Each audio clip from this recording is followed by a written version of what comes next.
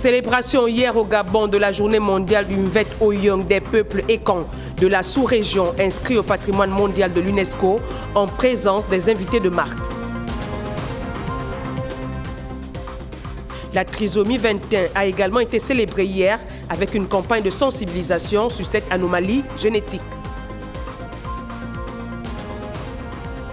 Enfin, cette rencontre d'urgence entre le ministre de l'Éducation nationale, Camélia Toutoum Leclerc, l'ambassadeur de France au Gabon et le représentant de l'AFD.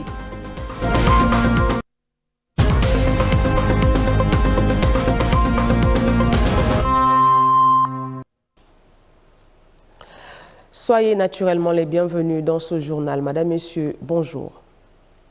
On ouvre cette édition avec Herman Imongo, vice-président du gouvernement, qui s'est entretenu récemment avec les responsables du groupement des distributeurs et entreposeurs de produits pétroliers. Les débats ont porté sur les difficultés croissantes du secteur entre pression fiscale et incertitudes liées à la crise internationale au Moyen-Orient. On en parle avec Gaël Mbimba Okoko. Les responsables du groupement des distributeurs et entreposeurs de produits pétroliers sont venus présenter au vice-président du gouvernement, Herman Imongo, un état des lieux sans filtre de leur secteur en exposant les obstacles majeurs qu'ils rencontrent sur le plan national et à l'international avec la crise au Moyen-Orient. Le cours du baril augmente, le prix des produits raffinés également est en train de très fortement augmenter et que donc on va avoir des répercussions qui vont arriver sur notre marché dès le mois d'avril.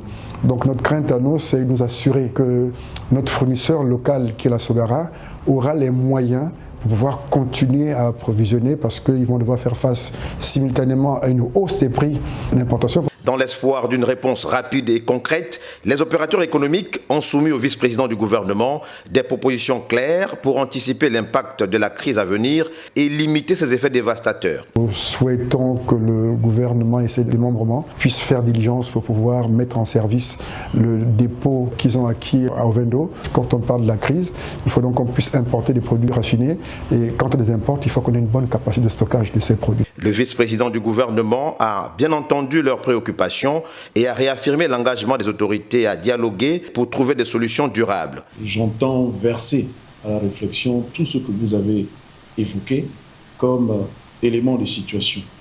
Donc, la situation, elle est partagée.